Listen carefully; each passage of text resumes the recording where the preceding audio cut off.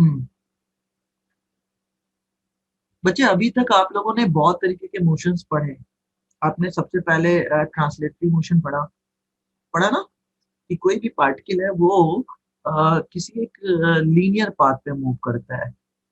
अगर मैं कहूँ कि मैंने इस पे फोर्स अप्लाई किया F, तो वो इस डायरेक्शन में आगे की ओर मूव करेगा। हमने माना एक्स डिस्प्लेसमेंट के साथ। एक तो मोशन ये था, इसे हम क्या कहते हैं, कौन सा motion? Translatory motion, linear motion. ठीक है। फिर हमने कौन सा मोशन पढ़ा? फिर हमने पढ़ा रोटेशनल मोशन, कि अगर कोई पार्टिकल है, हमने कहा ये कोई ऑब्जेक्ट है, वो इस एक्सिस के अराउंड सर्कुलर पाथ पे मूव कर रहा है वी वेलोसिटी से, तो ये कौन सा मोशन था? ये आपका था circular motion, uniform circular motion. ठीक है। फिर पार्टिकल के अलग अलग फेज को पढ़ा जैसे सॉलिड में पार्टिकल का मोशन, पार्टिकल की डायनामिक्स, लिक्विड में पार्टिकल की डायनामिक्स, देन गैस में पार्टिकल की डायनामिक्स। हमने ये सारी चीजें पढ़ी। अब ये एक और नए तरीके का मोशन है। इस चैप्टर में भी हम लोग मोशन की ही स्टडी करेंगे, लेकिन एक नए तरीके से। वो इस लॉ को मतलब इसके जस्ट अपोजिट मोशन करता है। तो किस तरीके का मोशन पढ़ने वाला है? उसका नाम है periodic motion.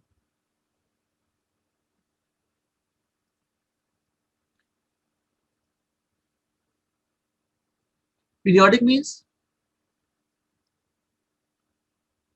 So which repeat its trend. अगर कोई भी ऑब्जेक्ट मोशन में है और वो किसी एक सेम पॉइंट को डेफिनेट टाइम के बाद फिर से रिपीट यूनिफॉर्म करे इंटरवल में। यूनिफॉर्म इंटरवल में, देन हम कहेंगे ये हमारा कैसा है? पीरियोडिक है। जैसे हमने कहा ये एक रेडियस पे अगर हम मानते हैं कि ये एक ऑब्जेक्ट है,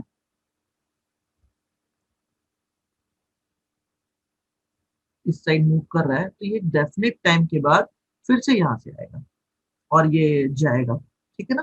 तो इस तरीके का मोशन क्या होता है? पीरियोडिक मोशन, जो एक डेफिनेट टाइम इंटरवल के बाद अपने उसी पोजीशन को फिर से रिपीट करे।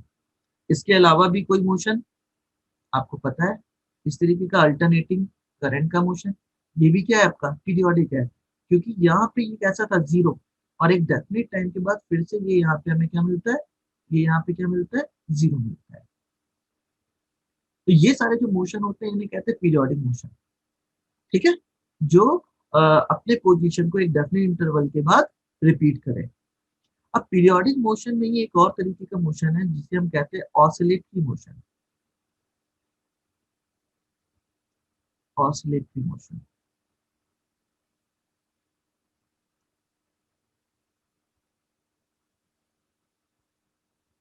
बच्चे पीरियोडिक मोशन और ऑसिलेटरी मोशन में क्या डिफरेंस है? कोई बताएगा? और oscillatory motion to and fro motion होता है, हम्म, बट वो periodic motion necessarily to and fro motion हो ऐसा जरूरी नहीं है। ऐसा वो जरूरी बस नहीं है। यस हम्म, सर, वो पीरियोडिक ही होता है। बिल्कुल सही कहा। तो हमने क्या किया जरा एक बात बताना फिर। मैं क्या कर रहा हूँ, मैंने एक पेंडुलम लिया और उसे यहाँ पे इस तरीके से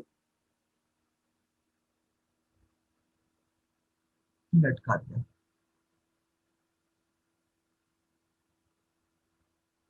ये,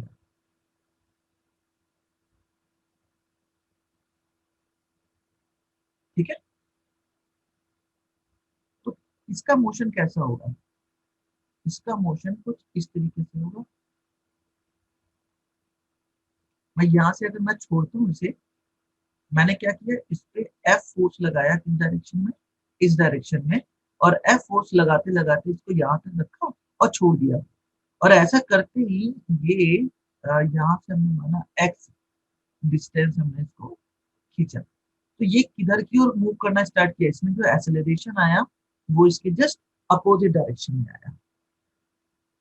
हमने फोर्स किधर लगाया, हमने फोर्स बच्चे इधर लगाया, और इसकी वजह से ये इस मीन एक्सिस की तरफ इसके टुवर्ड्स मूव करना स्टार्ट कर दिया, एक्सेलरेट करना स्टार्ट कर दिया फोर्स के अपोजिट डायरेक्शन में। तो इस तरीके का मोशन जो होता है मीन पोजीशन के इस साइड और इस साइड, इसे कहते हैं to and fro motion, to and fro motion, ठीक है। और टू एंड फ्रो मोशन कोई भी ऑब्जेक्ट करता है तो वो एक तरीके का ऑसिलेटरी मोशन करता है, ठीक है।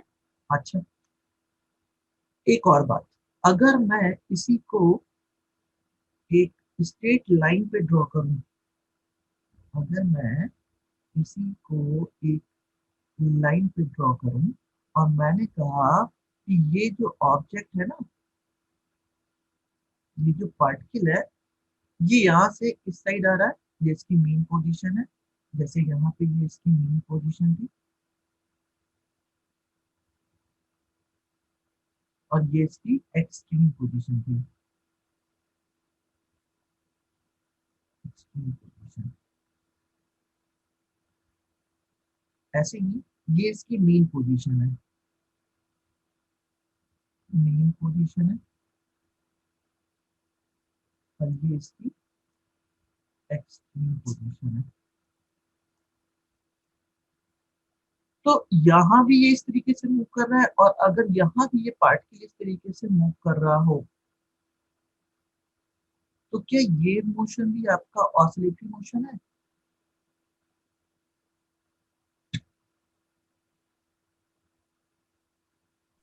पहला सर सर अगर फोर्स इसकी मीन मीन की तरफ लग रही है, मीन पोजीशन के साइड। ऑब्वियस सी बात है बच्चे, ये क्या हो रहा है, फोर्स की वजह से यहाँ आया, और फिर जैसे फोर्स हटाया ये वापस आ गया, फिर यहाँ आया, इसके अबाउट मीन्स मीन पोजीशन के अबाउट ये भी इस तरीके से ऑसिलेट कर रहा है या मूव कर रहा है, मैं ऐसा कह रहा हूँ। जैसे यहाँ पे हाँ तो ये इस सर तरीके मैं, से कर रहा था। यस सर, मेरे हिसाब से ऑसिलेटरी मोशन होगा ये भी। बिल्कुल सही है बच्चे, चाहे ये इस तरीके से मोशन कर रहा हो पेंडुलम में, या ये किसी एक straight line, fix straight line के लिए मूव कर रहा हो, दोनों केस में ये टू एंड फ्रो मोशन है। कई बार हमारे माइंड में कंफ्यूजन होता है कि नहीं ये तो सर्कुलर पाथ है, नहीं ऐसा नहीं है। अगर हम इसको, इसकी एंगल को बहुत शॉर्ट कर लें, हमने कहा ये एक छोटा सा एंगल और ये एक छोटा सा एंगल, देखो किसी का ये जूम पोर्शन है, मैंने क्या किया, इसे जूम करके आपको दिखा दिया स्मॉल एंगल के लिए, ठीक है बच्चे, बात समझे? तो इसमें आप कंफ्यूज मत होना कभी भी, कोई भी हो ऑब्जेक्ट, अगर वो अपने एक्सट्रीम और मेन पोजीशन के अबाउट ऑसिलेट कर रहा हो, मोशन कर रहा हो, तो ये मोशन हमेशा टू एंड फ्रो मोशन कहलाएगा, और ऐसा मोशन ऑसिलेटरी मोशन में होता है, ठीक है। अच्छा, हारमोनियम क्या होता है बच्चे, बताएगा कोई मुझे? Harmonica, harmonium,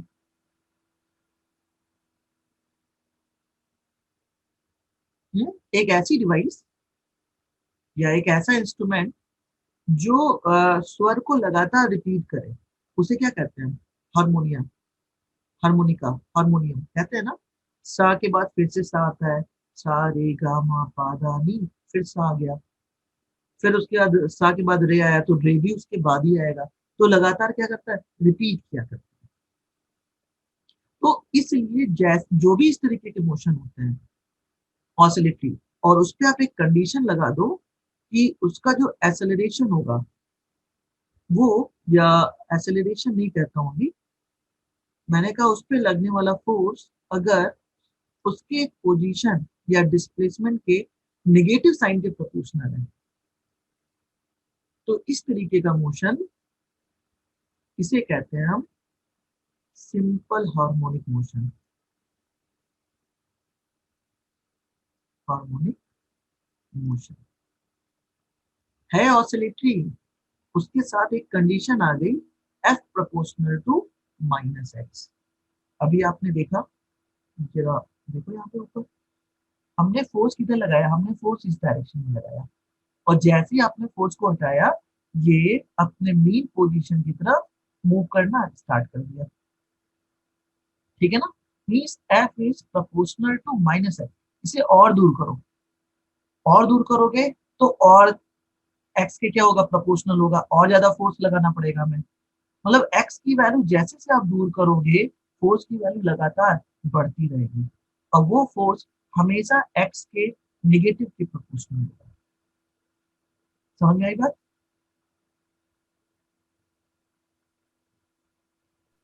yes sir. तो आगे से ये तो कंडीशन कौन सी हो जाएगी, सिंपल हार्मोनिक मोशन की। हार्मोनिक का मतलब ये होता है बच्चे, रिपीटेशन, किसी भी चीज का रिपीट होना। ठीक है। सर एक डाउट था इस एक्सप्रेशन में। हम्म, इसमें हमने f directly proportional to minus X लिया है। हाँ, यहाँ पे x क्या है? x डिस्टेंस है, एक्स डिस्टेंस मीन्स है, है। जितना दूर लेकर जा रहे हैं। तो सर हम नेगेटिव साइन को क्यों यूज कर रहे हैं कि डिस्टेंस तो नेगेटिव होता ही नहीं है। बच्चे निगेटिव साइन सिर्फ ये बता रहा है कि फोर्स एक्स के अपोजिट डायरेक्शन में लग रहा है। फॉर एग्जाम्पल, मैंने, अगर सर पॉजिटिव होता तो फिर हम ये कहते कि फोर्स के साथ डिस्टेंस लग रहा है। यस, उस केस में पहला कंडीशन हमारा ट्रांसलेटरी मोशन हो जाता। हमने एक ऑब्जेक्ट यहाँ रखा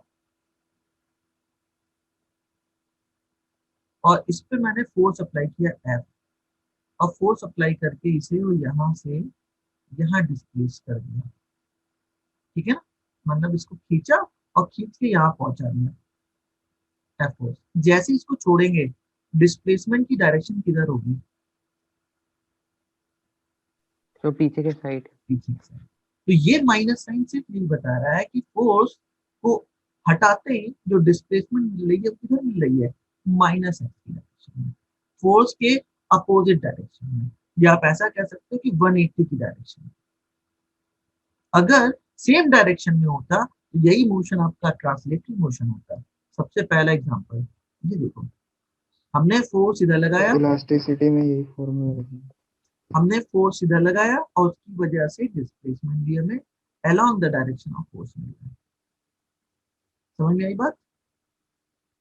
यस सर। और कोई डाउट? No sir. ठीक है। तो ये था हमारा periodic motion, oscillatory motion and simple harmonic motion. ठीक है। अब ऐसी कौन सी क्वांटिटी है जो कि पीरियोडिक है, तो उसके लिए हम ये कहते हैं, कुछ फंक्शन होते हैं पीरियोडिक फंक्शन। पीरियोडिक फंक्शन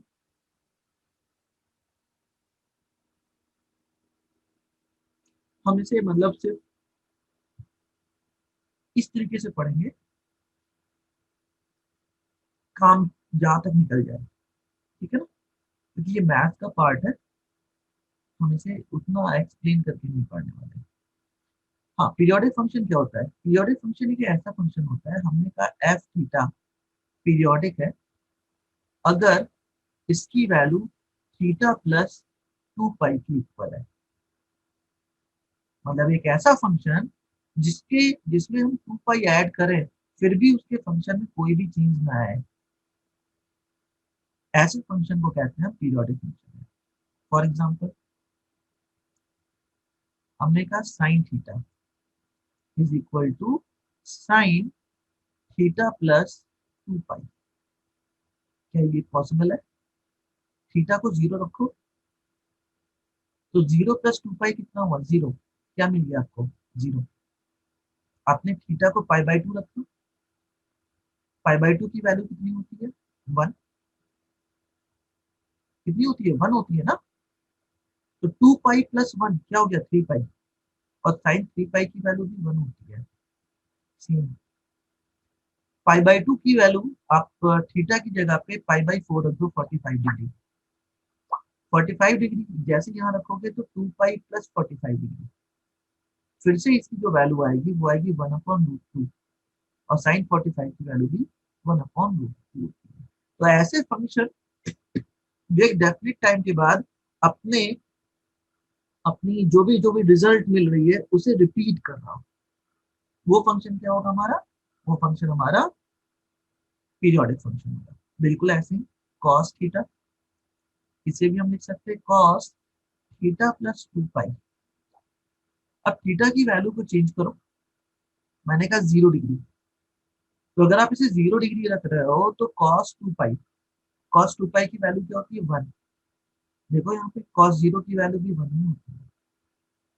फिर से आपने क्या किया, इसकी जगह पे पाई रख लिया, मतलब 3 पाई, और cos 3 पाई की वैल्यू 0 होती है, 0 होती है, -1 होती है, -1। अब यहाँ पे पुट करो पाई, तो वैल्यू क्या हो जाएगी -1। मतलब एक डेफिनेट टाइम के बाद ये उसी रिजल्ट को क्या कर रहा है, रिपीट कर रहा है, किसके बाद 2 पाई के बाद, लगातार। समझ में आ रही है ना बात?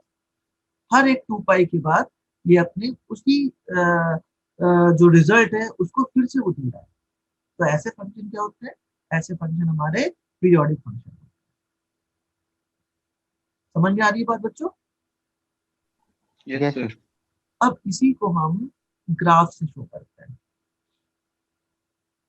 हमने क्या किया, हमने एक ग्राफ प्लॉट किया,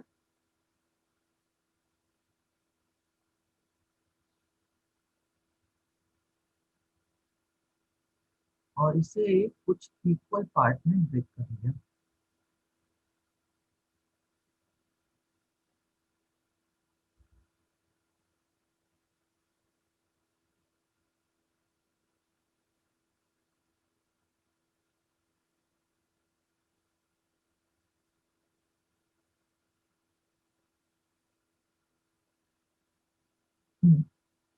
हमने कहा ये पहला है आपका साइन थीटा,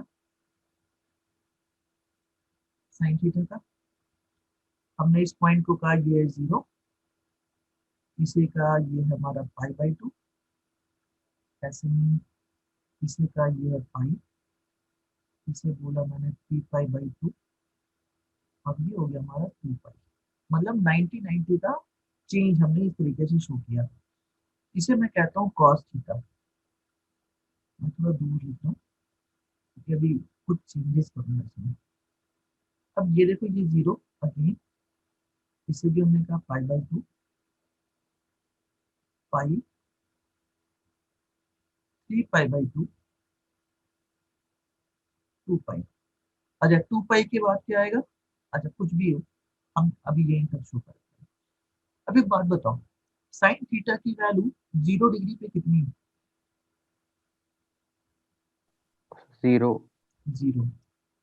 तो मैंने यहाँ पे पॉइंट बना दिया 0 का।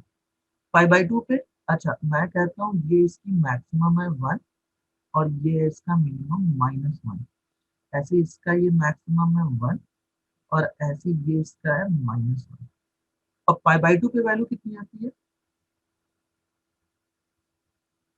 Sir sign पाई/2? मैक्सिमम 1। 1। पाई पे अगेन 0, 3 पाई/2 पे -1, एंड 2 पाई पे अगेन 0। अब जरा आते हैं हम cos थीटा पे। cos थीटा पे देखो 0 पे वैल्यू आती है 1, देन पाई/2, then 0, sorry -1, then 0, and again 1। ठीक है ना, सही है बात? कोई प्रॉब्लम है? No sir. मैं इसे अब एक साथ प्लॉट करता हूँ। मैंने क्या किया, सारे इस ब्लू को इस तरीके से जोड़ दिया, और इस सिमेट्री को फॉलो कर रहा हूँ। ऐसे यहाँ भी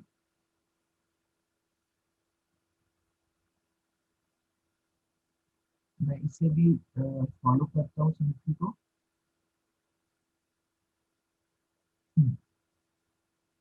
ठीक है। अब एक बात देखो जरा, अगर मैं इसे पीछे की ओर एक्सटेंड करता हूँ cos थीटा को, तो ये है पाई/2, और मैं उतना ही पीछे गया -पाई/2। बच्चे देखो -पाई/2 करता हूँ तो ये सिमेट्री कैसी बन रही है, ऐसी बन रही है। मतलब दो बंदे हैं, वो दोनों एक साथ रेस करना स्टार्ट करते हैं। एक बंदा 0 से स्टार्ट करता है, और या आप ऐसा समझो कि एक एक बंदा पाई/2 से स्टार्ट करता है, और एक बंदा 0 से स्टार्ट करता है। या दूसरी तरीके से समझो, एक बंदा जीरो से स्टार्ट करता है, उसके पाई बाई टू के बाद दूसरा बंदा स्टार्ट करता है, हम ऐसा कह सकते हैं?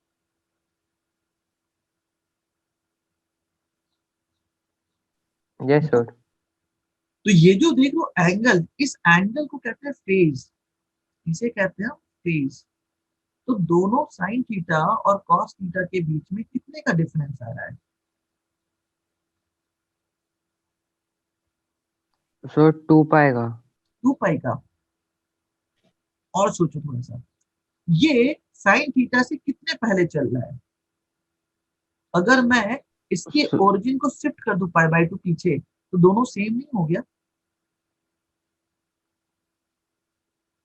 Sir but hmm, phase difference मतलब मैं समझा नहीं, फेज डिफरेंस मतलब किस सेंस में फेज डिफरेंस? बच्चे फेस का मतलब क्या होता है अभी मैं आगे बताऊंगा, अभी समझो एंगल। अगर मैं बोलता हूँ, चलो यही बताता हूँ, मैं यही बताता हूँ। मैंने कहा ये एक सर्कुलर रिंग है, और इस पे ये एक ऑब्जेक्ट है जो यहाँ से मूव कर रहा है, और एक ऑब्जेक्ट यहाँ से मूव कर रहा है। एक यहाँ से मूव कर रहा है और एक यहाँ से मूव कर रहा है।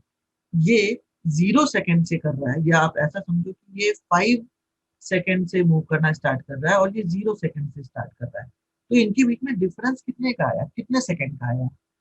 5 सेकेंड। सो 5। तो ये कितना एंगल सबटेंड कर रहा है इसके बीच में, इसे कहते हैं इस टाइम के रिस्पेक्ट में फेज। मतलब इससे कितना एंगल पीछे है ये, वो जो है ये थीटा, इसे कहते हैं हम फेज। तो ऐसे ही इनके बीच का डिफरेंस कितना आ रहा है? हमने कहा ये 0 से स्टार्ट हुआ और यहाँ पहुंच गया, ये बना दिया इसने 30 डिग्री। ये यहाँ से पहुंचा 30 डिग्री, और ये यहाँ से पहुंच गया उतने ही टाइम में यहाँ पे। तो दोनों के बीच में डिफरेंस लगातार क्या बना हुआ है?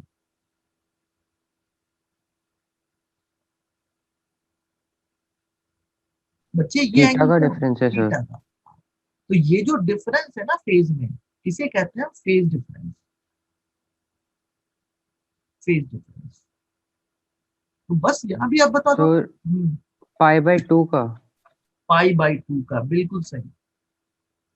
क्यों? क्योंकि अगर मैं इसको आगे शिफ्ट कर दूं पाई बाई टू, तो भी ये दोनों सेम हो जाएंगे। इसको पाई बाई टू पीछे शिफ्ट कर दूं, तो भी ये सेम हो जाएंगे। अब ट्रिग्नोमेट्री में आपने एक बात पढ़ी है, साइन 90 प्लस, सॉरी, हाँ ठीक है, 90 पहले लिखना चाहिए हमें, थीटा।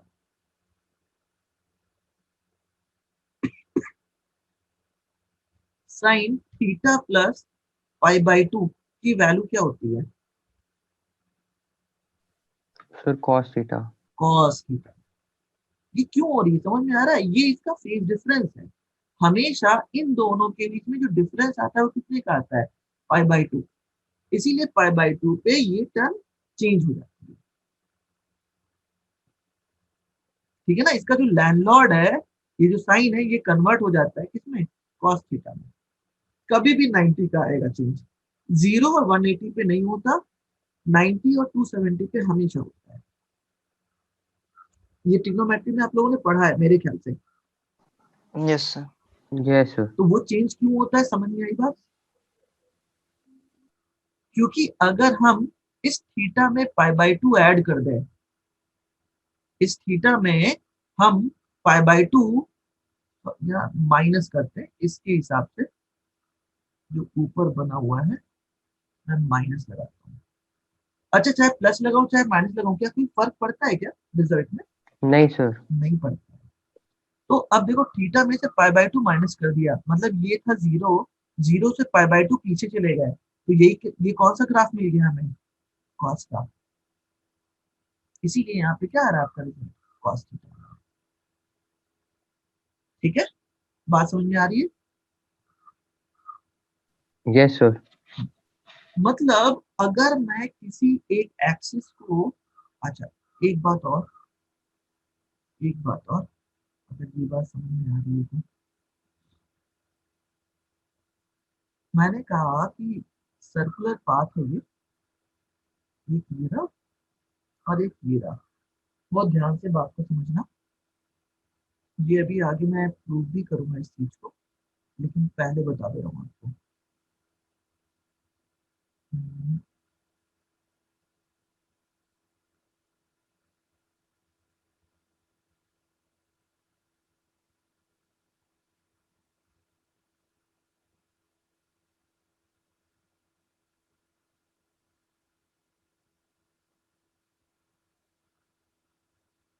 हम्म।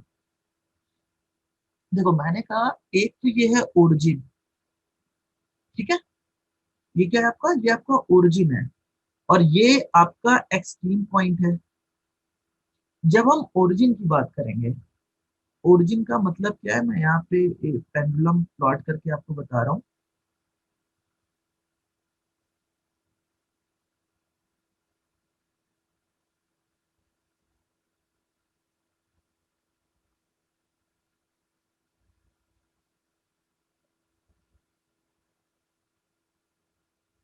ये इसका ओरिजिन और ये इसका एक्सट्रीम पॉइंट है। ऐसे ये इसका ओरिजिन, ये इसका एक्सट्रीम पॉइंट है। बात समझ में आ रही है बच्चों? Yes sir. जब भी हम बात करेंगे ओरिजिन की, जब भी हम बात करेंगे ओरिजिन की, हमेशा जो टर्म आएगा या जो भी डिस्प्लेसमेंट आएगा वो इन टर्म ऑफ साइन थीटा आएगा। और जब भी बात करेंगे एक्सट्रीम पॉइंट की, तो जो इसकी डिस्प्लेसमेंट आएगी वो इन टर्म ऑफ कॉस थीटा आएगी। अब कहोगे सर ये क्या बात हुई? ये बात हुई कि आपने पेंडुलम को यहाँ से पकड़ा, यहाँ से पकड़ा, और इसको लेकर गया यहाँ पे, इस पॉइंट पे, और जैसे ही इसको छोड़ा आपने स्टॉप वॉच ओपन कर दिया।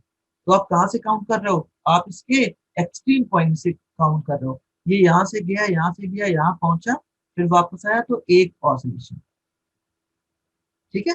दूसरा क्या है कि आपने यहाँ से छोड़ा तो, लेकिन आपने स्टॉप वॉच ओपन किया इस पॉइंट पे, तो यहाँ से गया ये, फिर यहाँ से वापस आया, फिर यहाँ आया, तो आपने कहा एक ऑसिलेशन। ये दो तरीके की बातें हैं। सर एक बार और समझा दीजिए सर, हाँ, एक बार और हाफ मैं पॉइंट। बताता हूँ, बिल्कुल। मैंने कहा कि इस पॉइंट से इसको लेकर गया यहाँ पर, मैं ए लेता हूँ, और बी पे लेके गया, और बी पे छोड़ते ही मैंने स्टॉप वॉच को ओपन किया, तो ये ऐसे आया, यहाँ तक आया, देन फिर ये वापस आया बी तक। ये हो गया आपका एक ऑसिलेशन। हमने टाइम काउंट कर लिया। एक तो ये बात। दूसरी बात, यहाँ से हमने लिया और इसको वापस बी तक लेके गए, और मैंने यहाँ से छोड़ दिया, लेकिन ऑन किया तब जब ये ऐसे मूव होता होता यहाँ पहुंचा, तब मैंने ऑन किया स्टॉप वॉच। तो ये इस तरीके से आया, यहाँ पहुंचा, फिर वापस आया, यहाँ पहुंचा, फिर वापस आया, ए पे पहुंचा, तो एक ऑसिलेशन। दो तरीके की बात है ना। Yes sir. तो एनसीईआरटी क्या कहती है? एनसीईआरटी कहती है ये, लेकिन हम क्या बात करेंगे? हम बात करेंगे ये। याद रहेगा बात बच्चे? मेरी यस बात सर। याद रहेगी? दोनों में कोई यस फर्क सर। नहीं है, काउंटिंग का फर्क है, मेथड का फर्क है सर। अभी मैं दोनों को एक साथ करके भी बताऊंगा आपको, लेकिन इस बात को याद रखना, क्योंकि होता क्या है, कई बार आप एनसीईआरटी जब ओपन करोगे तो आप कंफ्यूज हो जाओगे कि सर ये क्या, वहां पे साइन थीटा था, यहाँ कौन सा था। कोई फर्क नहीं पड़ता, वो सिर्फ एक्सिस का फर्क पड़ता है। ये आपकी है एक्सिस, कौन सी? X axis. और एक्स एक्सिस के इक्वेशन में आता है हमेशा कॉस थीटा। ये एक्सिस होती है वाई एक्सिस, ये वाली। अगर जब भी हम वाई एक्सिस की बात करेंगे तो जो आएगा वो आएगा साइन थीटा, ठीक है। अभी हम इसकी आगे बात करेंगे, तो हम निकालेंगे। तो बच्चे आपको समझ में आया इन दोनों में कितने का फेज डिफरेंस? Yes sir, π/2। पाई/2 का। ओके। अब देखो अगली बात, मैं अब आपको बताने जा रहा हूँ कि ये जो ऑसिलेशन बन रहा है ना, बेसिकली ये ऑसिलेशन ही, आप बताओ पहले, मैं क्यों बताऊं? बताओ, ये अगर कोई पार्टिकल इस पे मूव कर रहा है इसी पाथ पे, तो ये सर्कुलर मोशन है ना, पीरियोडिक मोशन है ना, है ना? Yes sir. क्या ये यस सर। सिंपल हार्मोनिक भी है? No sir. नहीं है? No sir. सोच के बताना बच्चे। सर सर इसमें टू एंड फ्रो मोशन कहाँ हो रहा है? बहुत बढ़िया, रुको दिखाता हूँ कहाँ हो रहा है। यही तो मैं जानना चाह रहा था। देखो, एक एक तो ग्राफ, एक तो सर्कल मैं ये बनाता हूँ, और एक सेकंड मुझे यहाँ से चेंज करना पड़ेगा। इलिप्स चाहिए।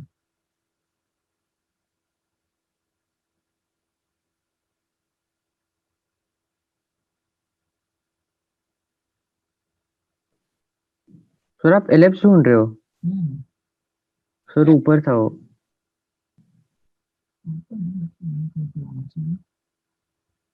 इलिप्स ये रहा। ठीक है। अब देखो दूसरा वाला, मैंने दूसरा क्या किया है यही, देखो, है ना सेम। और मैंने इसको आपकी तरफ ऐसे ही घुमा दिया, और घुमाते घुमाते घुमाते घुमाते यहाँ पहुंचाया। ठीक है। और अगले वाले में मैंने इसको और घुमाया, और ये ऐसे था, ऐसे घुमाते घुमाते घुमाते घुमाते घुमाते घुमाते मैंने आपके सामने कर दिया। ठीक है ना? तो तीनों कैसे हैं? सर्कल है ना? सर हम 3 डायमेंशन में घुमा रहे हैं। बिल्कुल, हम 3 डायमेंशन में घुमा रहे हैं। आप कड़ा लो, जो एक गोल सा कड़ा होता है ना, मेरे पास यहाँ पे तो कुछ मिल नहीं रहा है। हाँ, मिल रहा है, मिल रहा है, मिल रहा है, मिल रहा है। ये डिस्क है। ठीक है ना? ये आपको ऐसी दिख रही है, मैंने इसको कहा ऐसे देखो आप। ये, तो ये आपको एक लाइन दिख रही होगी, दिख रही है ना? Yes sir. Yes sir. तो मैंने ऐसे कर दिया है तीसरे वाले में, और दूसरे वाले में ऐसे कर दिया है। तो ऑब्जेक्ट आपका कहाँ है? आप ऑब्जेक्ट आपका यहाँ है। ये जो देख रहे हो ना, ऑब्जेक्ट आपका यहाँ है।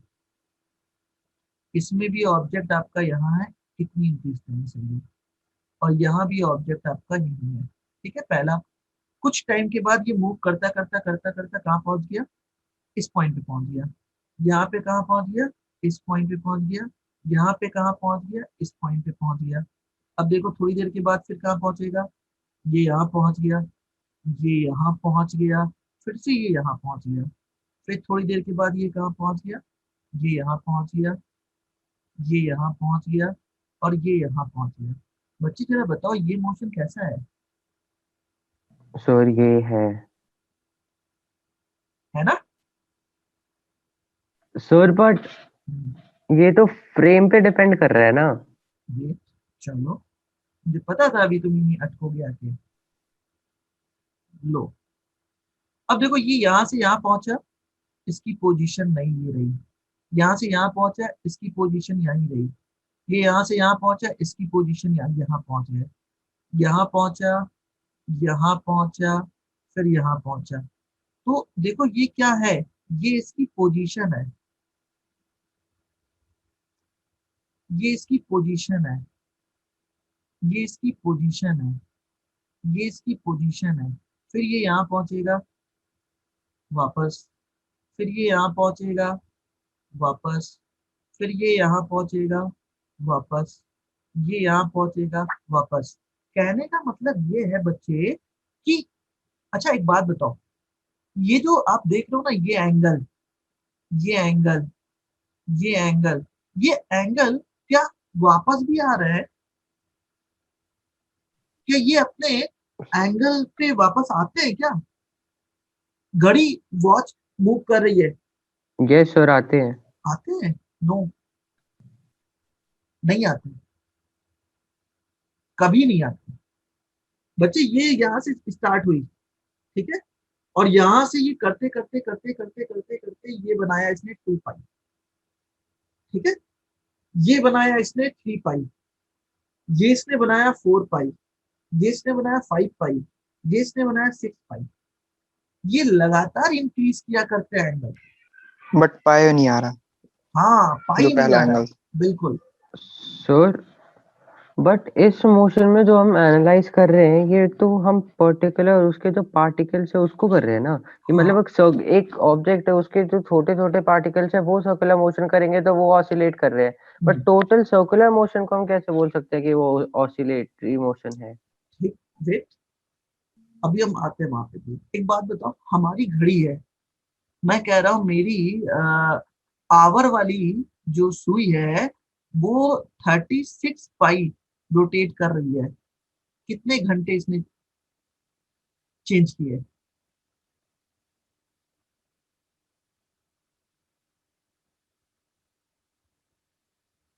सो 18 आवर्स। 18 आवर्स। तो क्या टाइम कभी भी रिपीट करता है? ये तो हमेशा बढ़ता रहता है। Yes sir. तो ये कभी घटेगा क्या? ये भी हमेशा बढ़ेगा। मतलब ये क्वांटिटी और ये क्वांटिटी एक ऐसी है जो सिंपल हार्मोनिक नहीं है। तो सिंपल हार्मोनिक कौन है? सिंपल हार्मोनिक इसकी ये पोजीशन है। देखो, यहां से चलना स्टार्ट किया जीरो से, समझना बहुत ध्यान से। इसने कुछ टाइम के बाद यहाँ पहुंचा। मैं कहता हूँ ये 5 मिनट के बाद, ये 10 मिनट बाद, ये 15 मिनट बाद, फिर यहाँ पहुंचा, फिर यहाँ पहुंचा, और ये फिर यहाँ पहुंचा, देन अगेन यहाँ पहुंच रहा है, वापस आया, वापस आया, वापस आया, वापस आया। क्या ये अपने पोजीशन को फिर से जीरो नहीं कर रहा?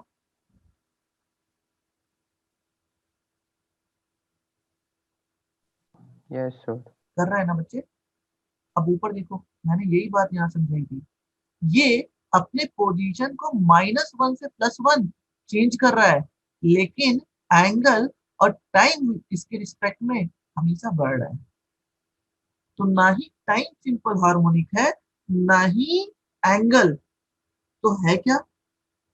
डिस्प्लेसमेंट, डिस्टेंस, ये हार्मोनिक है। ये क्वेश्चन पूछता है सर ऑब्जेक्टिव में। पेंडुलम वो है ना हार्मोनिक। हाँ, पेंडुलम, अरे वो तो है ही ना, इसी तो सिंपल हार्मोनिक मोशन उसमें हम पढ़ते हैं।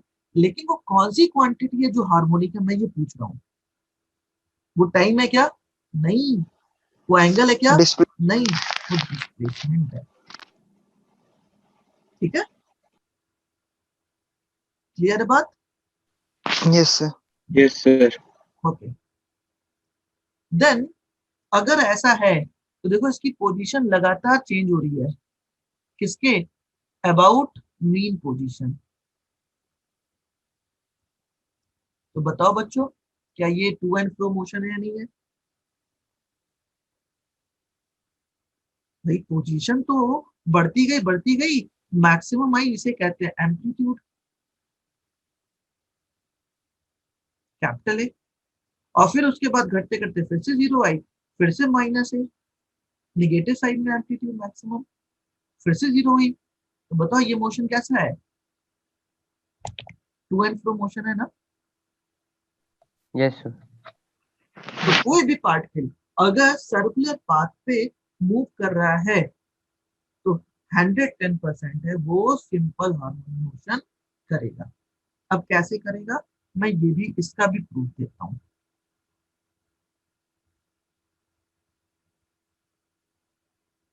मैंने फिर से देखी यहाँ पे एक पॉइंट लिया, ये इसको इस तरीके से नंबर खींचता हूँ, इससे यहाँ से, और इससे यहाँ से,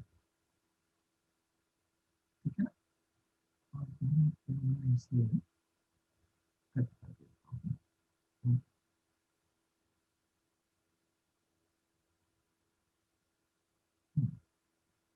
यहाँ पे इसे कट कर देता हूँ। अब देखो, पार्टिकल था आपका यहाँ, फिर पार्टिकल पहुंचा यहाँ, फिर पार्टिकल पहुंचा यहाँ, फिर पार्टिकल पहुंचा यहाँ।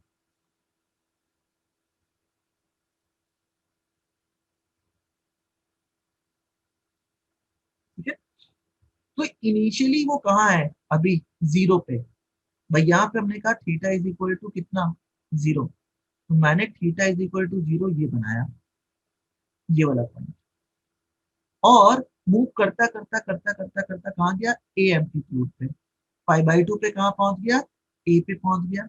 मैंने कहा ये पॉइंट है इसका π/2, और π/2 पे ये इसके मैक्सिमम पॉइंट पे है, ये देखो यहाँ पे, ठीक है ना, ए एम्पलीट्यूड, ये इसकी पोजीशन। फिर ये मूव करता करता कहाँ आया, फिर से 0 आया, किस पे, पाई पे, तो हमने इसको ये बना दिया पाई, फिर से 0। फिर ये मूव करता करता कहाँ आया, निगेटिव ए पे, कहाँ पे, ये इसने बनाया 3π/2, π/2 π/2 π/2, 3π/2, ये बनाया। फिर वापस 2π पे 0, वापस 2π पे 0।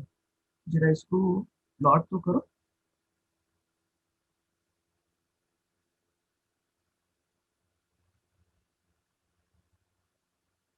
मतलब अगर मैं इस पॉइंट को इससे जोड़ दूं ना, इस पॉइंट को उसको जोड़ दूं, और ये इस तरीके से ट्रेवल करे, तो ये लगातार वेव ऐसी बनती हुई आगे बढ़ती रहेगी। क्या मेरी बात समझ में आ रही है बच्चों?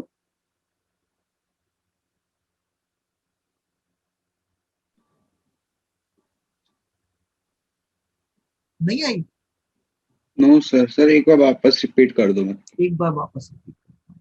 देखो, जब आपका पोजीशन यहाँ था, ऑब्जेक्ट यहाँ था, इस पॉइंट पे, ये देखो 0, उस पॉइंट पे थीटा इज इक्वल टू कितना था, यहाँ पे 0 डिग्री था ना, और ये मूव करता करता करता करता कहाँ पहुंच गया, π/2 पे यहाँ पहुंच गया। कितनी डिस्टेंस, ए, उसने कितना एम्पलीट्यूड लिया ओरिजिन से, ए, ये था ओरिजिन, कहाँ पहुंचा, एक्सट्रीम पॉइंट पे, ए, तो हमने क्या किया, π/2 पे इसे कहाँ पहुंचा दिया, ए पे।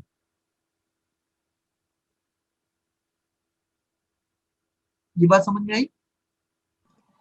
Yes sir. Yes sir. अब देखो मैं फिर सर से, डिस्टेंस के साथ रिलेट करके ग्राफ बना रहे हैं। बिल्कुल, एंगल और एम्पलीट्यूड का ग्राफ है ये। इस साइड एंगल वैरी कर रहा है, और इस साइड इसका एम्पलीट्यूड, ये जो पोजीशन है मूव करने की, जो उसी को मैंने साथ में लेकर ग्राफ पर। फिर ये यहाँ से यहाँ पहुंचा, तो यहाँ से पहुंचा मतलब किधर जा रहा है, ओरिजिन की तरफ 0, फिर से 0 एम्पलीट्यूड, देन यहाँ से माइनस -1, देन यहाँ से फिर से अगेन 0। तो ये क्या है, ये एक साइनोसॉइडल वेव नहीं है, साइन थीटा का ही तो ग्राफ है। सर सर ये एम्पलीट्यूड वाली बात एक बार आप रिपीट कर दो, मेरा नेटवर्क का इशू हो गया था, मेरे को वो आ नहीं रही थी। ओके ओके ओके, मैंने ये कहा बच्चे कि जब पार्टिकल यहाँ से मूव किया और π/2 को पे अपने मैक्सिमम एम्पलीट्यूड को पा रहा है, तो π/2 पे मैंने क्या किया, मैक्सिमम एम्पलीट्यूड दे दिया। फिर देखो ये धीरे धीरे पाई पे कितना एम्पलीट्यूड आ गया इसका, 0, तो पाई पे फिर से 0, देन अगेन 3π/2 पे एम्पलीट्यूड -1, एम्पलीट्यूड -1, देन अगेन 0। तो ये जो एंगल है, ये आपका ये वाला एक्स एक्सिस आपका थीटा है, और वाई एक्सिस आपका एम्पलीट्यूड है। हमने इस ग्राफ को शो किया, और ये जो ग्राफ है ये कौन सा ग्राफ होता है, साइनोसॉइडल, साइन थीटा, हाँ या ना? Yes sir. ठीक। अब देखो इसी में मैं दूसरा ग्राफ अब आपको दिखा रहा हूँ। ये किस एक्सिस के अराउंड अलोंग था, वाई एक्सिस, वाई एक्सिस ना। पार्टिकल कैसे मूव कर रहा था, ऊपर गया फिर नीचे आया, ऊपर गया फिर नीचे आया, ऐसे तो मूव कर रहा है, और मूव कर रहा है तो हमें ऐसे दिख रहा है। मतलब अगर मैं इस पेन को ऐसे से घुमा रहा हूं, और घुमाते घुमाते मैं आपकी तरफ कर लिया, तो आपको तो ये मेरा हाथ ऊपर जाता दिख रहा है सिर्फ ना, ऊपर नीचे, कि रोटेट करता दिख रहा है आपको। सर से तो ऊपर ऊपर नीचे जाते हुए ऊपर नीचे जाता दिख रहा सर है। 2D। लेकिन अब देखो, अब बहुत है मतलब। तो यही है फर्क। हम क्या कर रहे हैं, हम उसके ऑसिलेशन को वाई एक्सिस पे प्लॉट करके आपको दिखा। अब देखो एक्स एक्सिस की बात करते हैं, मतलब एक्सट्रीम पोजीशन, ठीक है, ये तो था वाई एक्सिस के लिए, फॉर वाई एक्सिस। अब जरा आओ यहाँ पे, इस पॉइंट पे है पार्टिकल, और यहां से ये डिस्टेंस कितनी है, ए, कितनी है बच्चे,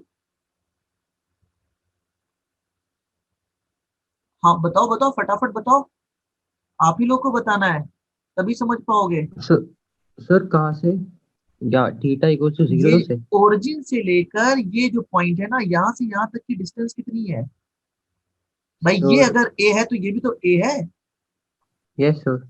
एक्स एक्सिस में है, लेकिन ये तो एक्स एक्सिस में ए है, तो ये अगर जीरो से time is equal to theta is equal to zero से स्टार्ट हो रहा है, तो ये कितने एम्पलीट्यूड के साथ स्टार्ट हो रहा है? ए एम्पलीट्यूड के साथ। मेरी बात समझ में आ रही है बच्चे? सर नेगेटिव साइड के साइड, हाँ यस सर। नहीं, मैंने यस सर, कहा यस कि sir. Theta is equal to zero है, तो एक्स एक्सिस पे ये ए डिस्टेंस पे है, ए एम्पलीट्यूड रख रहा है, मैं ये बात बोल रहा हूँ। तो theta is equal to zero पे कितना एम्पलीट्यूड है इसके पास एक्स एक्सिस में? फटाफट रिप्लाई दो यार। सर कोई एम्पलीट्यूड नहीं है। पार्टिकल यहां से यहां आता है, यहां से यहां वापस जाता है, यहां से यहां आता है, ये एक्स एक्सिस है आपका।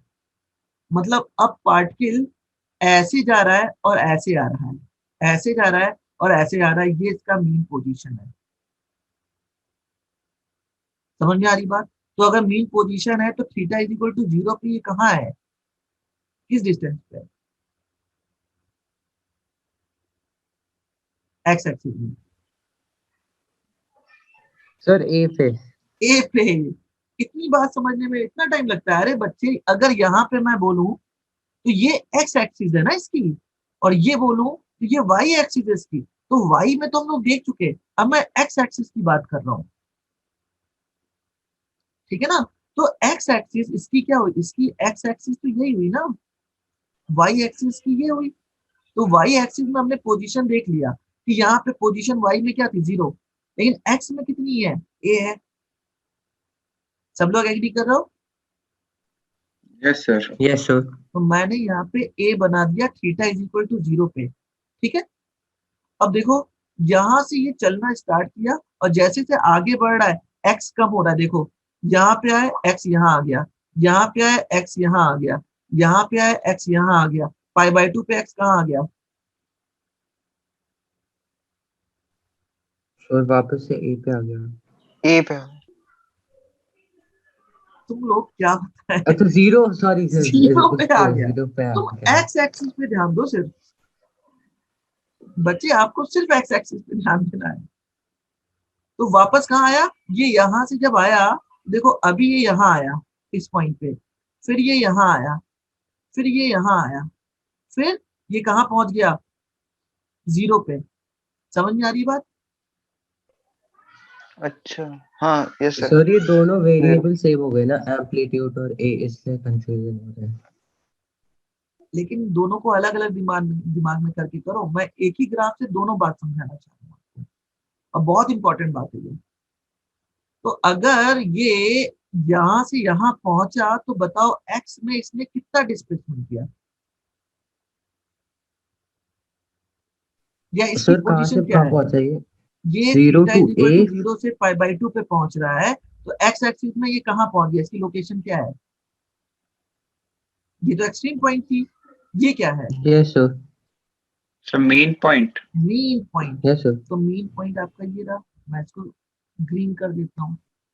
अब यहां से ये इस साइड आ गया अगले पाई बाई टू पे, तो ये था प्लस ए, ओरिजिन से ये कैसा होगा,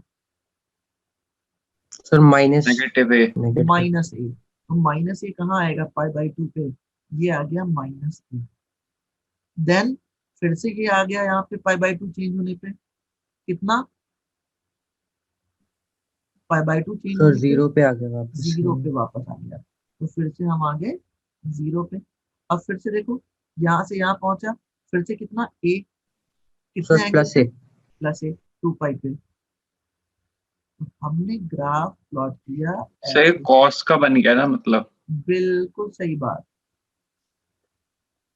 यही बात तो मैं समझाने के लिए ये काम कर रहा हूँ। तो ये क्या बना नेचर, कॉस थीटा, कब, जब हमने एक्स एक्सिस लिया,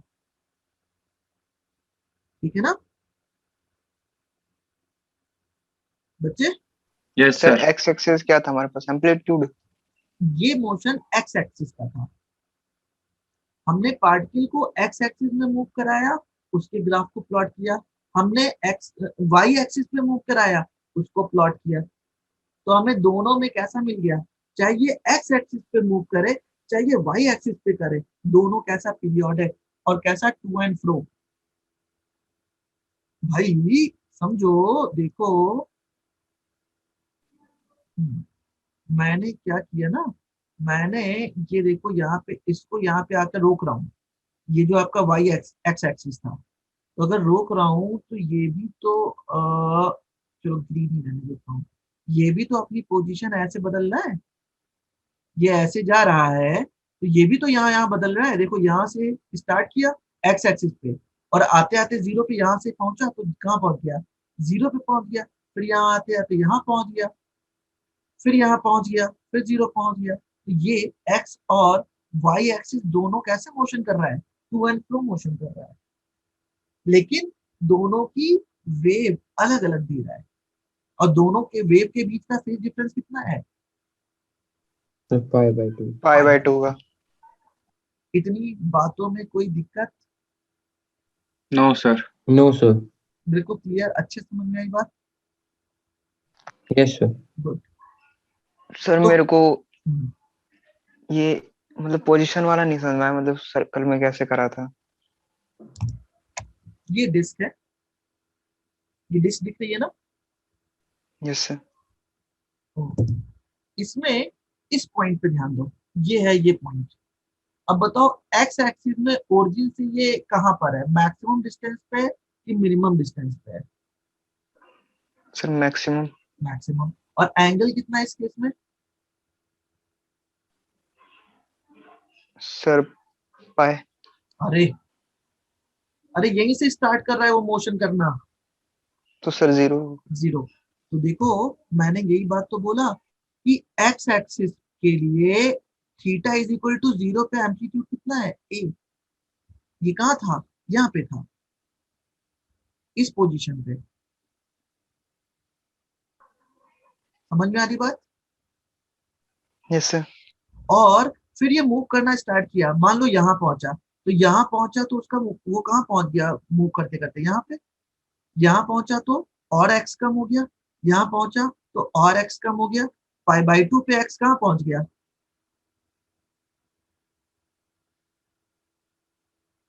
π/2 में एक्स कहाँ पहुंच गया, सर 1 पे। मेन पोजीशन पे।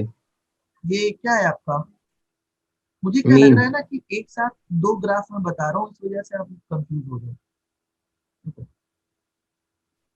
मुझे लगा था शायद आप समझ जाओगे, मैं ना इसमें देखो ड्रॉ करता हूँ। सर मीन पे नहीं पहुंचेगा। हाँ मीन भी पहुंचेगा यार, अरे मैं तुम्हें नहीं कह रहा, तुम दोनों तो ठीक है समझ गए, मैं इस समय विवेक को समझाना चाह रहा हूँ। मेरा नाम पा तो गया है लेकिन उसका यूज नहीं कर रहा है लड़का। देखो बच्चे, ये पोजीशन है, ठीक है, थीटा इज इक्वल टू कितना है यहाँ पे, जीरो। 0। और कितनी डिस्टेंस पे है ओरिजिन से, ए। सही है, यस सर। तो theta is equal to zero, यही पोजीशन हुई, ये वाली। Yes sir. और ये इस समय कहाँ है, ए पे है ना, यस सर। मतलब ये इसका एम्पलीट्यूड है एक्स एक्सिस पे। मैं क्या कर रहा हूँ, ये ऐसे मूव करेगा, आप ऐसे समझो। अब देखो ये यहां से जब यहाँ पहुंचा तो एक्स बढ़ा कि कम हुआ, जब यहाँ से यहाँ पहुंचा, यहाँ पे है ना पोजीशन। Yes sir. अब ये यहाँ से यहाँ पहुंचा, अब देखो एक्स पे पोजीशन कितनी इसने काउंट की, यहाँ की। अब ये यहाँ से यहाँ पहुंचा तो एक्स पे कितना काउंट किया, π/2 पहुंचने में।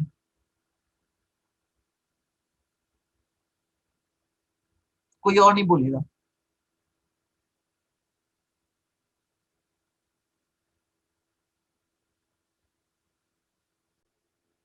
ठीक है, अब इस पेंडुलम के लिए अगर मैं बात करूं, ये सिंपल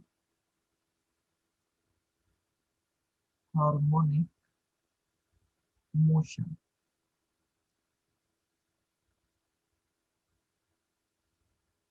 हमने एक पेंडुलम लिया और पेंडुलम को यहाँ से, भाई सबसे अच्छा एग्जांपल है, पेंडुलम को पकड़ो और उसे लटका दो।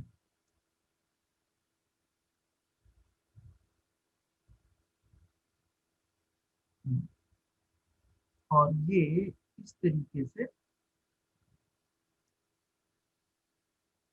मोशन करेगा। ठीक है, तो यहाँ पे आपको क्या मिला, आपने फोर्स किधर लगाया, आपने फोर्स इधर लगाया, और फोर्स के लगाने पे इसका इसमें डिस्प्लेसमेंट किधर हो रहा है, डिस्प्लेसमेंट इस डायरेक्शन में हो रहा है, तो आपको क्या मिल गया, F proportional to minus X. ठीक है, मिला ना। Yes yes sir. Sir. Means आप कह सकते हो F इज इक्वल टू एक कांस्टेंट लेना होगा, मैंने कहा kx। इस k को कहते हैं फोर्स कांस्टेंट, फोर्स कांस्टेंट। ठीक है, और मैग्नीट्यूड वाइज, मैग्नीट्यूड वाइज जो F की वैल्यू होती है kx, और k की वैल्यू यहाँ से आ जाएगी F अपॉन एक्स। ठीक है, ओके। अब जरा ध्यान दो, F इज इक्वल टू क्या होता है, किसी भी पार्टिकल पे जो फोर्स की वैल्यू होती है वो होती है m इंटू एक्सेलरेशन है। भाई ये अगर इसका मास है m और ये a एक्सेलरेशन से जा रही है, तो F is equal to M A भी होगा। तो M A is equal to yes sir. Minus k into x. तो यहाँ से क्या मिला आपको, m, sorry, a is equal to minus k upon m into X. अब बच्चे ये जो रेशियो देख रहे हो, के फोर्स कांस्टेंट एक तरीके का कांस्टेंट है, मास ऑफ द ऑब्जेक्ट ये भी क्या है, कांस्टेंट है। तो यहाँ से आपको वो नेसेसरी कंडीशन मिल गई, ए प्रोपोर्शनल टू माइनस एक्स। यही आपकी सिंपल हार्मोनिक मोशन की कंडीशन है। This gives the condition for SH. अगर कोई भी बॉडी इस मोशन, इस इक्वेशन को फुलफिल करेगी, तो उसका मोशन क्या होगा, उसका मोशन हमेशा ऐसे होगा। ठीक है, तो फिर से हम यहाँ पे आते हैं और हम ए को कह सकते हैं, A is equal to DV by D X होता है, और डीवी बाई डी टी होता है, और वी होता है d x upon D t. तो इसे मैं लिख सकता हूँ d two x upon D T two. Put कर दो जरा यहाँ पे, तो क्या मिल गया, d two x upon D T two is equal to minus k upon M into x.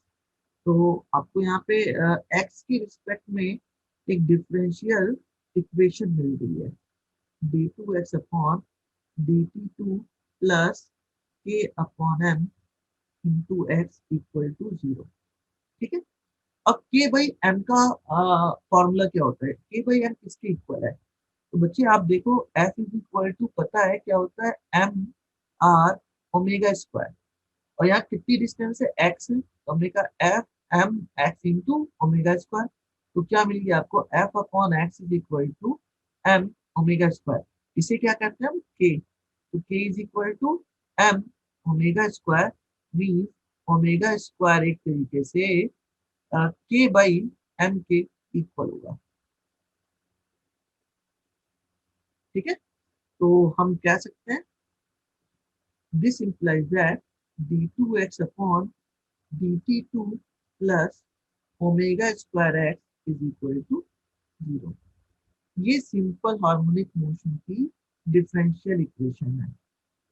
This gives the differential equation for S H M.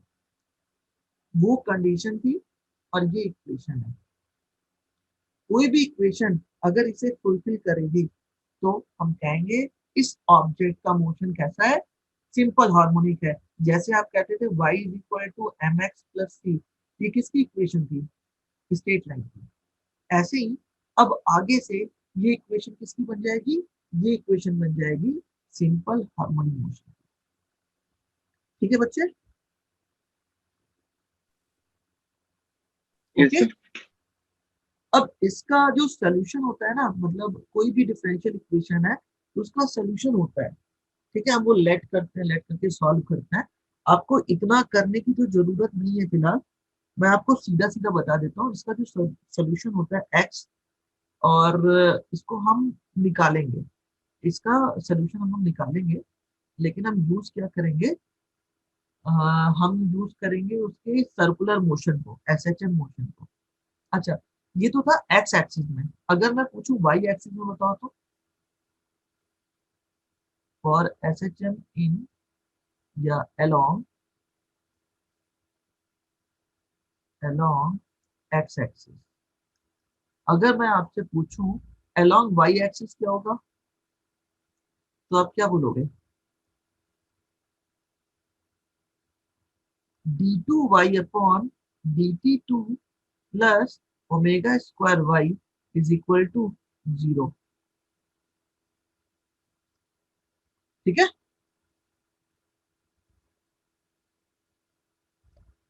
बच्चे, समझ में आई बात? Yes sir. सर सेम ही रहेगा। हाँ सेम रहेगी, कोई इसमें अंतर नहीं है, कोई डिफरेंस नहीं है। क्यों नहीं है, अभी हम आगे बताते हैं आपको। चलो आते हैं हम इक्वेशन पे। तो हम एक्स और वाई फाइंड करने जा रहे हैं। एक्स और वाई क्या होता है? डिस्प्लेसमेंट। ठीक है, तो हमारी नेक्स्ट हेडिंग रहेगी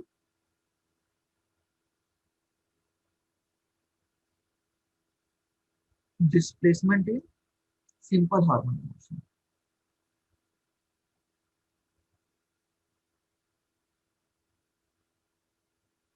एस एच एम। बच्चे आपके एनसीईआरटी में कॉस लेके पूरी मैथमेटिक्स की गई है, और हम साइन लेके करेंगे। ठीक है, उससे कोई फर्क नहीं पड़ने वाला है, वो सिर्फ और सिर्फ एक्सिस को रिप्रेजेंट करता है।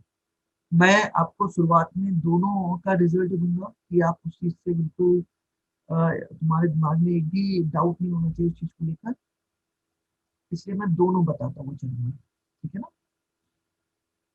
हमने कहा एक ऑब्जेक्ट है,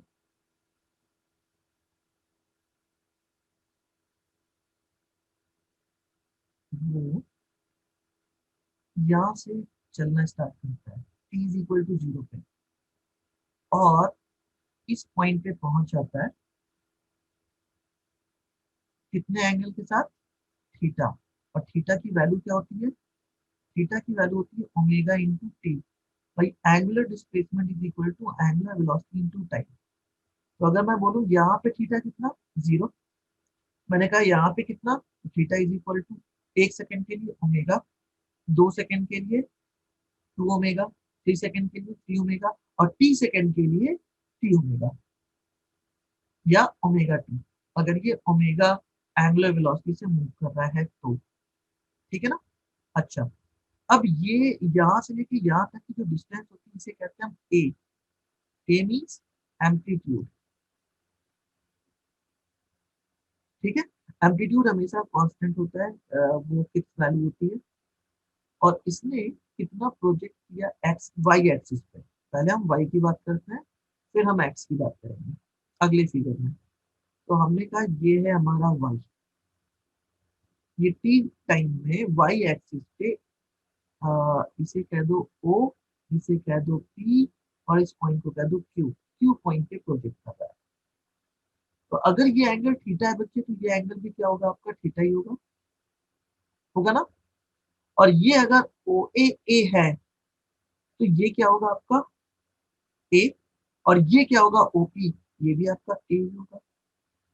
तो आप कह सकते हो in triangle, in triangle O P Q, O P Q.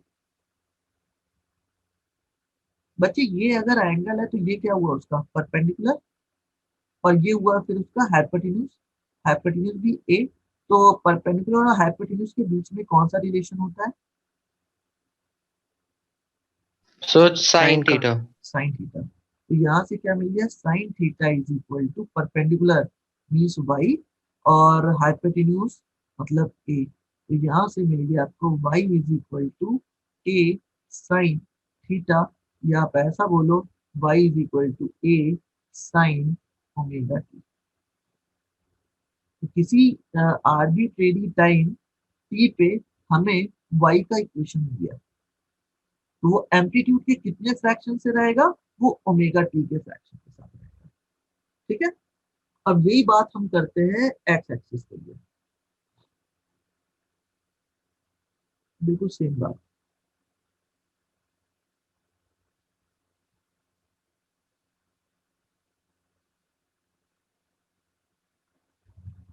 हमने कहा ये है ऑब्जेक्ट यहाँ पे, तो इसमें एक्स पे भाई ये हो गया आपका theta is equal to omega t, और यहाँ पे एक्स डिस्टेंस इसने प्रोजेक्ट किया है, ये रहा ओ और ये था क्यू, तो इसे भी क्यू ही कहता हूँ, इसे कहता हूँ क्यू। और ये था आपका ए, तो ये भी क्या हो जाएगा, ए ही हो जाएगा। फिर से again in triangle O P Q. बच्चे ये क्या है, बेस, ये क्या है हाइपोटेन्यूज। बेस और हाइपोटेन्यूज में क्या होता है, कॉस। cos theta. तो cos theta is equal to base, base means x और हाइपोटेन्यूज मींस a। तो आपको x इज इक्वल टू क्या मिल गया, a cos theta means x is equal to a cos omega t। और ये बात हम पहले ही कर चुके हैं कि x एक्सिस के साथ हमेशा क्या आएगा, cos, और y एक्सिस के साथ जो चेंज आएगा वो क्या आएगा, साइन। हम आपके एनसीईआरटी में इसे लेके सॉल्व किया गया है, हम इसे लेके सॉल्व करेंगे, इससे कोई फर्क नहीं पड़ता क्योंकि इसका कोऑर्डिनेट x कॉमा y दोनों है। ठीक है बच्चे, बात समझ में आई। Yes sir. तो ये इसकी डिस्प्लेसमेंट हो गई कि कितनी डिस्प्लेसमेंट इसने ट्रेवल किया, वो किस पे डिपेंड कर रहा है, किस फ्रैक्शन पे, वो डिपेंड कर रहा है इसके साइन ओमेगा टी और कॉस ओमेगा टी। जैसे से ये वैल्यू बदलेगी वैसे वैसे आपके y की वैल्यू भी चेंज होती रहेगी, आपके x की वैल्यू भी चेंज होती रहेगी। इसमें कोई दिक्कत, नो सर। गुड। चलो अब आते हैं अगली बात पे, फेज डिफरेंस या फेज की बात करते हैं।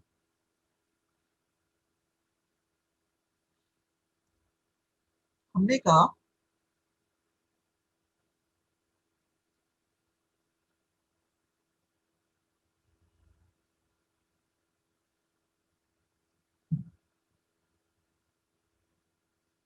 एक ऑब्जेक्ट है यहाँ पे रखा हुआ इस जगह पे, और ये यहाँ से मूव करना स्टार्ट करता है। अब मूव करते करते कहाँ पहुंचता है, वो मूव करते करते यहाँ पे पहुंच जाता है।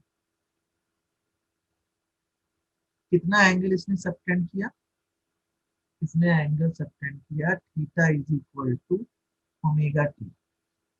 ठीक है, जब हमने क्या माना, ये ओरिजिन माना ओ, या इसे ओ कहते हैं, इसे पी कहते हैं, पी मतलब 0 सेकंड की बात होती है। और अगर इस 0 सेकंड से पहले, अगर मैं इस 0 सेकंड से पहले किसी पॉइंट पे कह दूं कि यहाँ से अगर ऑब्जेक्ट मूव करना स्टार्ट किया, यहाँ पे पहुंचते पहुंचते से 5 सेकंड लग गया, मैंने क्या किया, इसे थोड़ा सा और पीछे किया और कहा ये ओरिजिन है, यहाँ से ऑब्जेक्ट छूट रहा है। तो अगर यहाँ से छूट रहा है तो ये जो एंगल इसने सबटेंड किया, मैंने कहा ये एंगल है आपका 5। कितना है, 5। और इसे मैं मिटा देता हूँ, और ये टी टाइम में यहाँ पहुंच गया, बहुत ध्यान से समझना, ये टी टाइम में यहाँ पहुंच गया। यहाँ से कितने में पहुंचा था, जब 0 से स्टार्ट किया था इसने, जब 0 से स्टार्ट किया था तो इसे कितना टाइम लगा था, या कितना एंगल सबटेंड किया था, थीटा, थीटा या ओमेगा टी। और जब ये यहाँ से स्टार्ट कर रहा है 5 फेज पीछे से, 5 एंगल पीछे से, तो ये एंगल कितना हुआ इसका, थीटा, और थीटा इज इक्वल टू कितना हुआ, ओमेगा टी। हाँ या ना? Yes sir. सर तो जरा बताओ पी से क्यू जाने में कितना एंगल इसने ड्रॉ किया, थीटा माइनस फाइव। उस केस में ये एंगल कितना होगा आपका, सर हमने ये थीटा टोटल एज्यूम किया है इसको। हाँ थीटा इज इक्वल, थीटा बच्चा हमेशा टोटल ही होता है, जहां से स्टार्ट करेगा जहां पहुंचेगा। हमने यहाँ से स्टार्ट किया, यहाँ तक पहुंचाया, तो थीटा ये था। हमने यहाँ से स्टार्ट किया, यहाँ तक पहुंचाया, मतलब 5 एज पीछे से, तो थीटा हमारा ये रहा। तो इसने पी से क्यू में कितना डिस्टेंस लिया, कितना डिस्प्लेसमेंट, एंगुलर डिस्प्लेसमेंट ट्रेवल किया इसने,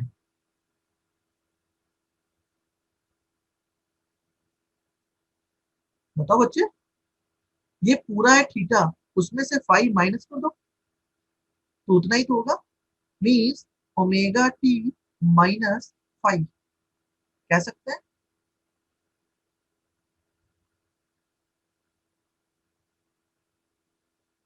नई बात समझ में आई। यस यस सर, कह सकते हैं। आप ऐसा समझो कि एक बंदा यहाँ से स्टार्ट करता है, पहला बंदा, और यहाँ से दूसरा बंदा स्टार्ट करता है, यहाँ से दूसरा बंदा स्टार्ट करता है, वो टी टाइम में यहाँ पहुंचता है, और यही टी टाइम में यहाँ पहुंचता है। तो ये कितना फेज पीछे है इससे, आप कैसे बताओगे, तो आप बोलोगे ओमेगा टी माइनस 5, ये -5 फेज पीछे चल रहा है इससे। वही कॉस और साइन वाला है फर्क। आपको इसे कितना पीछे करना होगा, 5 फेज, या आप ऐसा कहो कि 1 2 से 5 फेज आगे चल रहा है। चाहे आप लेग्स बिहाइंड बोलो, चाहे आप बोलो ये से कितना 5 फेज फॉरवर्ड चल रहा है, तो ये इसकी फेज कहलाती है। ठीक है, ये हमेशा हर एक उसमें मेंटेन रहेगी पूरे के पूरे पाथ पे। तो यही इक्वेशन अगर मैं बात करूं फाई के साथ या फेज के साथ, तो ये इक्वेशन बन सर जाती है 1 से 2 एंगल जाएंगे तो थीटा माइनस 5 ही होगा। 1 से 1 से 2 एंगल पे मतलब ये दे रखा है। नहीं, 1 से 2 नहीं है बच्चे। ये मैंने ये बोला है कि ये पहला बंदा है जो मूव करता है और यहाँ पहुंचता है टी सेकेंड में। ये दूसरा बंदा है जो यहाँ से मूव करता है और पहुंचता है यहाँ टी सेकेंड में। तो दोनों के बीच में कितने का डिफरेंस, वो है आपका 5 का डिफरेंस। तो आप क्या बोलोगे, आप ये बोलोगे कि ये जो पहला वाला है ये ओमेगा टी माइनस 5 से चल रहा है, 5 एज पीछे ही तो है ना, यस सर। तो ये उसकी डिफरेंस हो जाएगी। तो डिस्प्लेसमेंट जो काउंट होगा यहाँ पे, ये जो आप देख लो ना, ये जो डिस्प्लेसमेंट होगा ये क्या होगा, अभी तक ये ओमेगा टी था, अब ये ओमेगा टी माइनस 5 हो जाएगा। तो अगर ये ओमेगा टी माइनस 5 हो जाएगा, तो थीटा की जगह अब हम क्या यूज करेंगे, हम ओमेगा टी माइनस 5 यूज करेंगे। ऐसे ही एक्स एक्सिस में क्या यूज करेंगे, ए कॉस, ए कॉस ओमेगा टी माइनस 5। तो एंगल के साथ ये जो टर्म आता है इसे हम कहते हैं फेज, कि ये कितने फेज से चल रही है, ये -5 फेज से चल रही है। आप खुद देखो, ये क्या है, ये -5 पीछे है ना अपने ओरिजिन से। हम ऊपर के क्वाड्रेंट को प्लस कहते हैं, नीचे के क्वाड्रेंट को माइनस कहते हैं। तो बच्चे ये बात समझ में आई, याद रहेगी।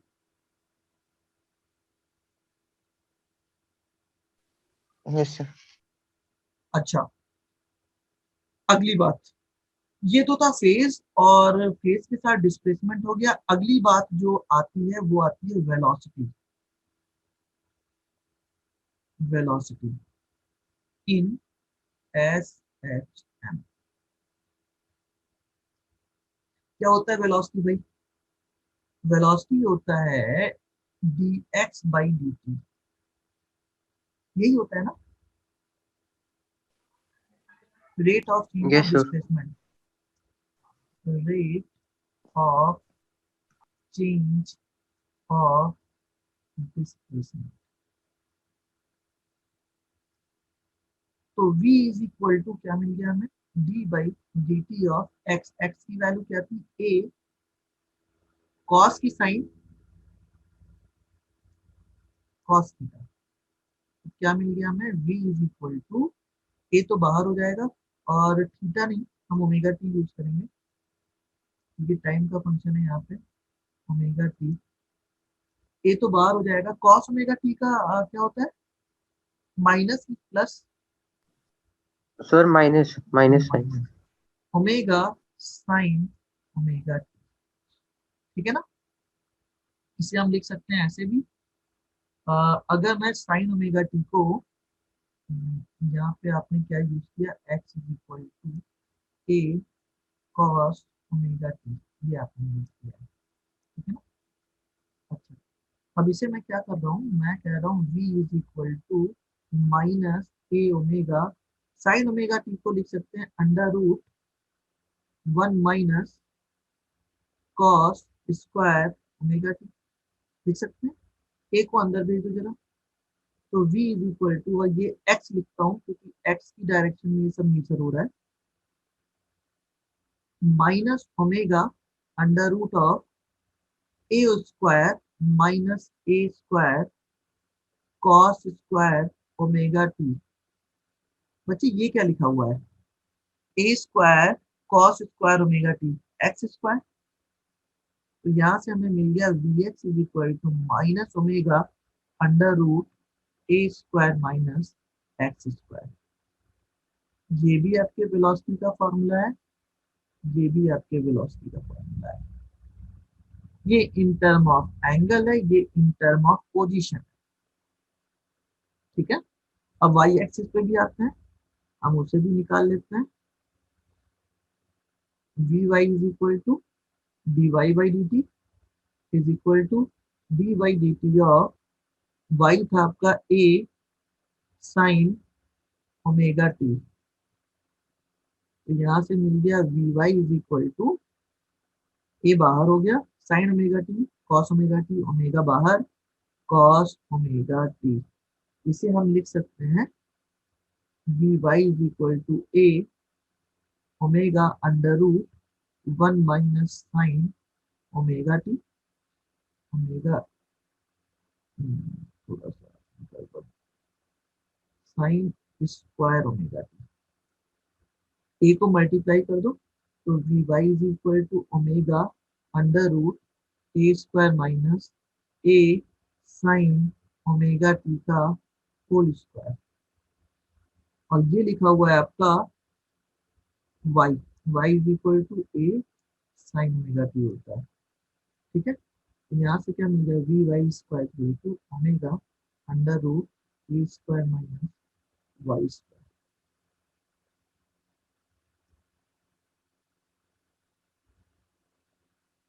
ठीक बच्चे, ओके। Yes sir. अब आते हैं यस एक्सेलरेशन, सर। इसका एक्सेलरेशन निकालते हैं।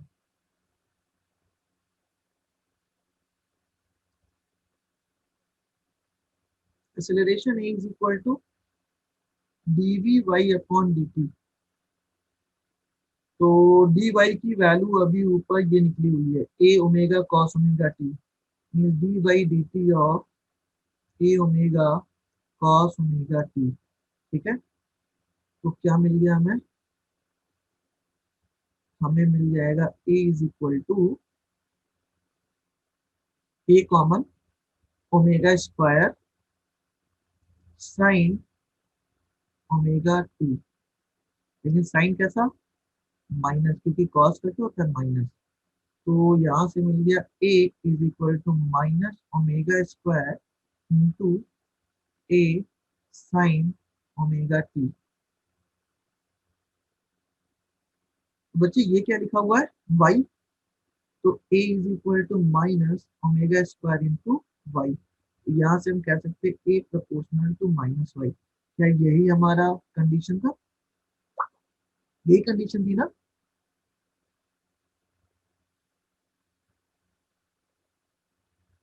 एसएचएम की yes sir. Condition for SHM।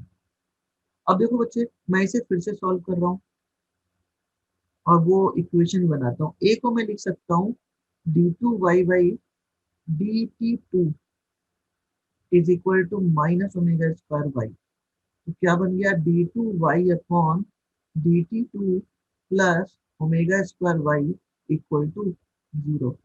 मतलब हमने जितनी भी मैथमेटिक्स की वो सारी सही थी। Differential equation of SHM। Okay, ठीक है ना।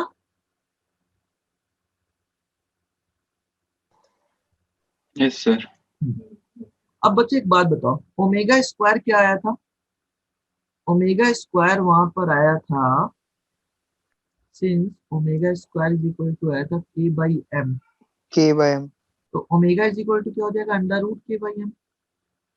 Yes sir. तो ओमेगा क्या होता है, 2 pi by t is equal to under root k by m। तो t is equal to 2 pi under root m upon k।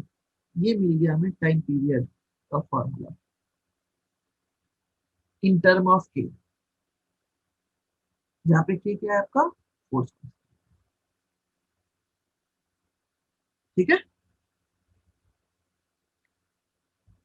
अब एक क्वेश्चन पूछूं आप लोगों से, आंसर दोगे?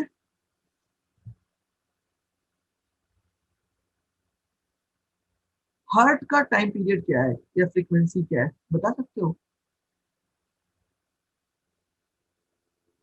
चलो क्वेश्चन लिखो जरा, बताओ। क्वेश्चन है, on an average human heart, on an average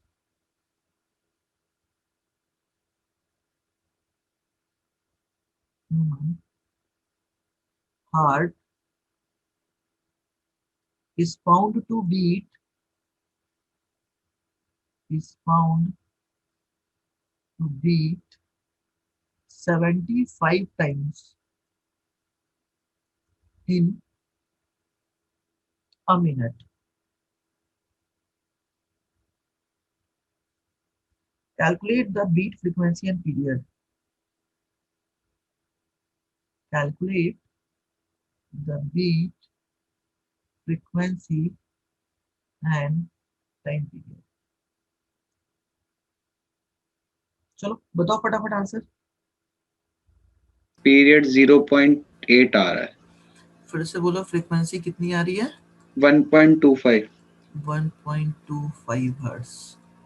and time period 0.8 0.8। बिल्कुल सही सेकेंड। है, बिल्कुल सही है, वेरी गुड। सर एक बार आप एक्सप्लेन कर दो ये कैसे निकाला, मेरे को नहीं आया।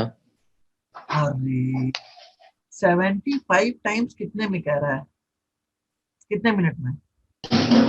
सर एक तो कितना हुआ टाइम पीरियड या इसकी फ्रीक्वेंसी हो गई तुम्हारी 75 अपॉन, डिवाइड बाय 60। हाँ बस सॉल्व करो इसे। और जब ये निकल आएगा तो आपको पता है time period is equal to 1 upon frequency.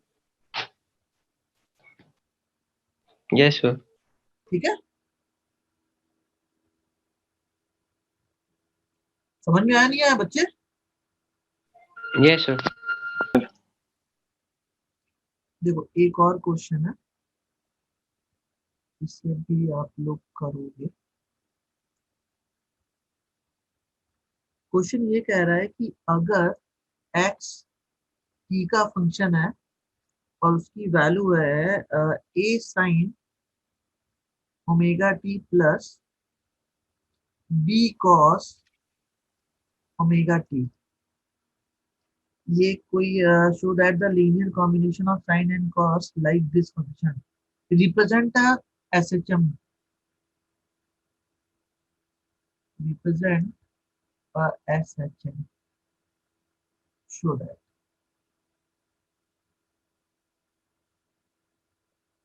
ये आपको शो करना है। हो जाएगा। एसएचएम करने के लिए कंडीशन क्या होनी चाहिए?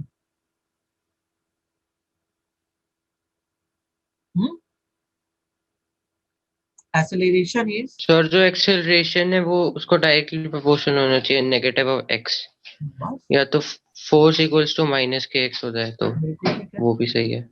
चाहे ये इस कंडीशन को फुलफिल करा लेना। अब मास नहीं दिया हुआ है ना, इसलिए हम उसकी बात नहीं करेंगे। आप इसी को करके देखोगे, या डिफरेंशियल इक्वेशन जो इसकी बन रही होगी आप उससे भी बता सब सकते हैं। डबल डेरिवेटिव कर देंगे इसका। ठीक है ना? तो आज इतना ही करते हैं बच्चे। कल इस पे न्यूमेरिकल और साथ में फिर हम एनर्जी पे आएंगे। इसमें किसी को कोई डाउट इतने में? No no sir. Sir, yes. हाँ बताओ Vivek. No sir, no doubt. Okay ठीक है, फिर कल मिलते हैं अपने सेम टाइम पे। Yes sir, thank you sir. Thank you sir. Bye bye. हाँ, कैसे?